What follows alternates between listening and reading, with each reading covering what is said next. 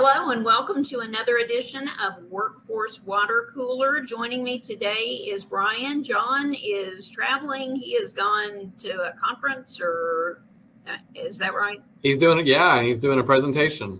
Okay, so he is missing out on all the fun, but we will try not to rub it into his face too bad. But we're going to be talking about the summit. But, in past tense, the summit is now behind us. And we would like to just sort of have a conversation about that. Our thoughts, what we gained from it, what feedback we received, all that kind of stuff. So very casual talk about the summit, and hopefully it intrigues you enough to maybe watch some of our recorded sessions or, learn more about it. So, Brian, absolutely. In a nutshell, I know most people watching this will have been following us for quite some time and know the format of the summits this year. But for that one person out there that does not know how we formatted the summits, how would you describe it?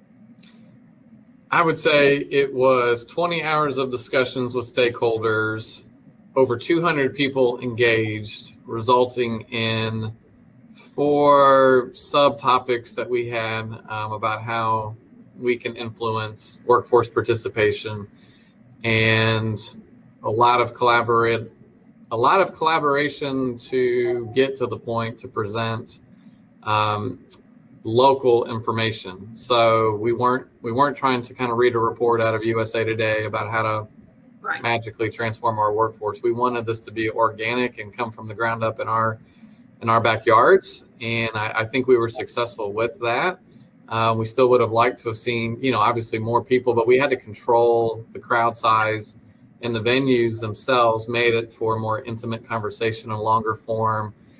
So we had, and it led to a lot of good feedback, a lot of good reporting out that I think that we will be getting to here in the next couple of months too. Right. So in previous years, we had just done one day. Mm-hmm. One day, hey, if you're in our 10 county region, you come to the Corvette Museum. That's where we're doing our summit. But this time we hit the road and did 4 sessions throughout the county. That's right. Like you said, the crowd size was smaller, but for each session, it was limited to participants who lived in that county or counties.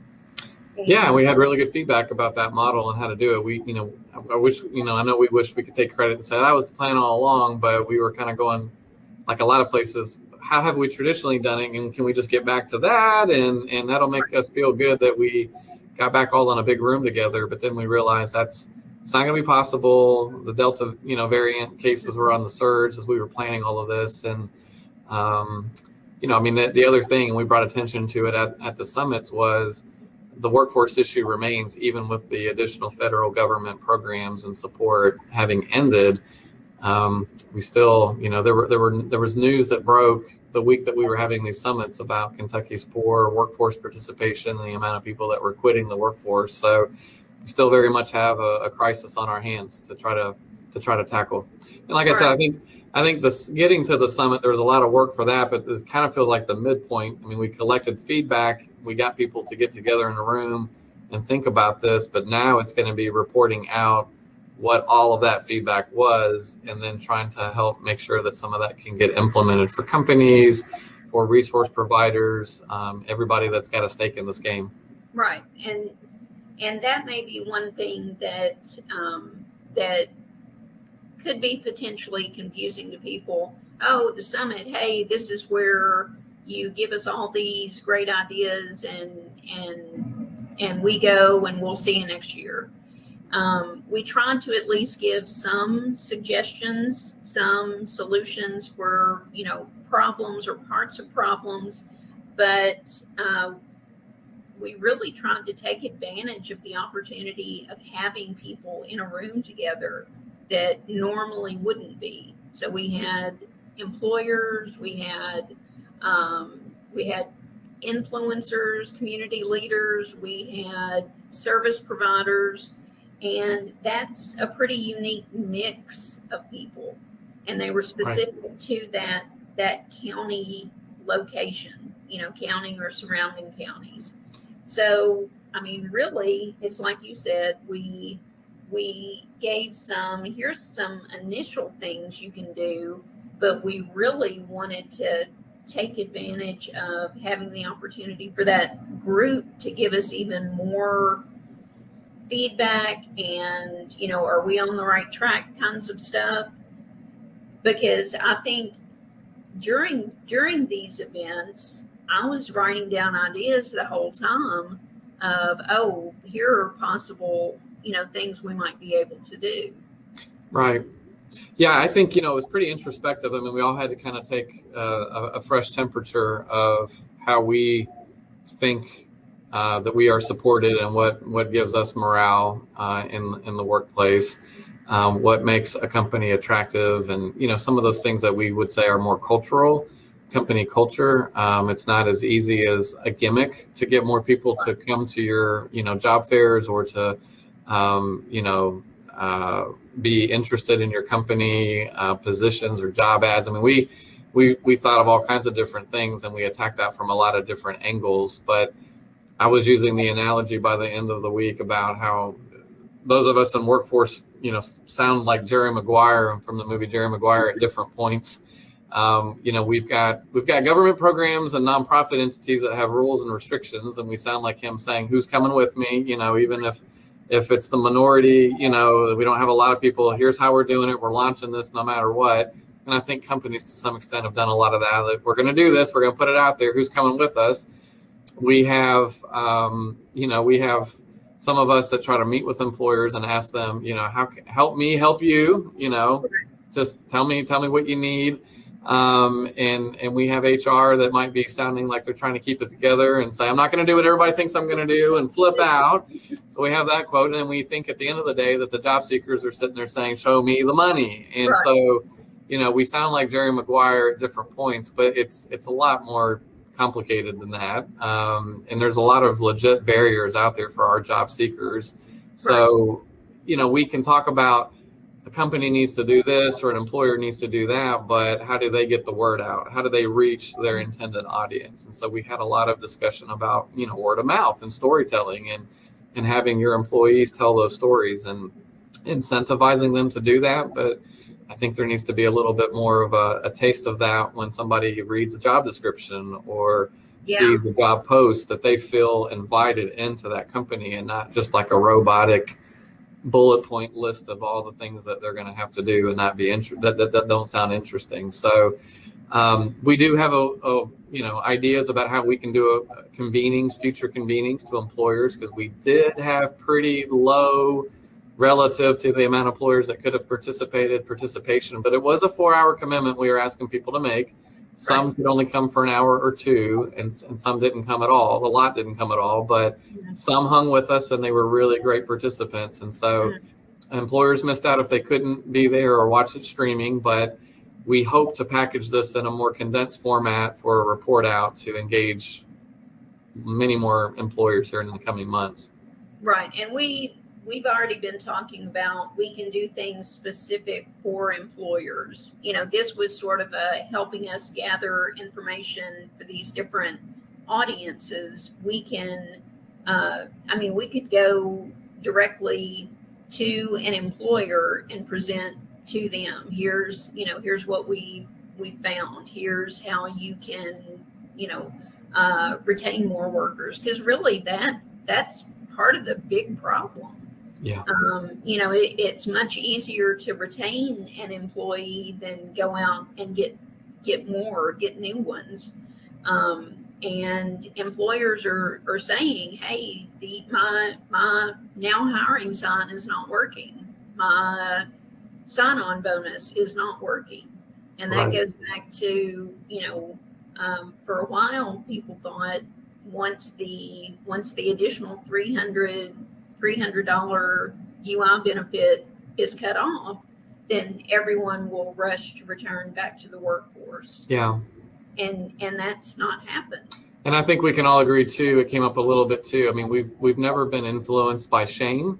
I mean, or we should not be influenced by shame, but have we ever watched a movie because somebody shamed us into watching it? Have we ever streamed a new TV series because somebody shamed us for it? But we are shaming job seekers or people that aren't even in the job seeking frame of mind. And there's probably a lot more to it than that, but positivity can win people over. And so we want to launch some things that we think have a more positive message to deliver. Right. And I think that's an excellent point. It's, I think one of the things that I really took away from these different town halls was that it is a much more complex issue than, one of the slides I showed was the whole nobody wants to work anymore, people don't have a work ethic, that kind of stuff. And that is not true. Right. That's something that we as a board need to help communicate not only to employers, but just like you said, to job seekers. We know that there's a lot more to the story than, you're sitting at home not working. That's not the end of the sentence. Right. When I was a stay-at-home mom for years, I was consistently surprised by the number of people that would ask me, well, what do you do all day? And I was just like, oh, I sit on a big Chase lounge and I eat bonbons. Right. I mean, what do you think I do all day? I'm working my tail off. Seriously. It's kind of the opposite of sitting on a couch. Yeah. Yes. And I definitely was not eating chocolate. If I was licking it off my kids' hands, trying to keep them. I was going to say, you were cleaning chocolate. Yeah. You were picking up chocolate wrappers, but not because you ate them. Exactly. And, I think that analogy, it definitely applies to this situation too.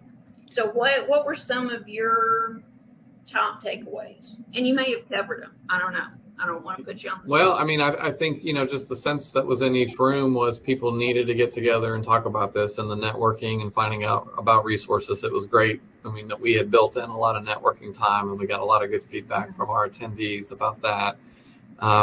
We have a potential campaign and slogan that we think, we could unveil. It's already been crafted by you, Leslie, that had kind of had a soft launch back in the summer, but we really sort of more unveiled it to get feedback through these summits. And I think there's going to be a lot more to come on that because people did gravitate to that. And then I think, just those connections that happen, not necessarily in the moment, but ones that are going to linger. Employers that are going to know about resource providers and resource providers that are going to be able to now have a connection to an employer. I mean, that's always what we want to facilitate. And one of the things with the summit as well is we will be continually adding to the tab on the website, links to, because we did Facebook Live for all four. And I think we learned after the first Facebook Live, we need to rotate the computer to where the person is speaking. So we learned. We saw the comments on Facebook Live. Oh, turn the computer. So we learned from that. But those will be posted. A copy of the slideshow. We want this to be a resource for people. And like you said, it's not the end and it's all over. We're done. We can take a breath. It really is the middle, because we now have all this data and feedback that we've compiled that we need to try to figure out, okay, how do we address these things? So it's a work in progress, and definitely it's something to keep checking on. We'll be sending updates on social media all the time as well, but it's a good place to, if you don't know where to turn, go to the website. southcentralworkforce.com. Click the Summit tab, or we have for employers, for partners, for job seekers. So we want that to be a good home base for people. Absolutely. Couldn't have said it better myself. And yes, hopefully we do have some new people watching that you became aware of our website and maybe following us on Facebook for the first time. So share the link, pass it along, help get a colleague to pay attention to what we're doing, especially if it's somebody else that's an employer that needs to know about these resources that we're developing and just the resource of the Workforce Board. Because we are working for you. We are, just like you said, help me, help you. That's what we're trying to do. All right. Good job, Brian. So let's close it out. I need to go refill my water, so at the water cooler. All right. Very good. Thanks again for joining us, and we will catch you again soon. Bye-bye.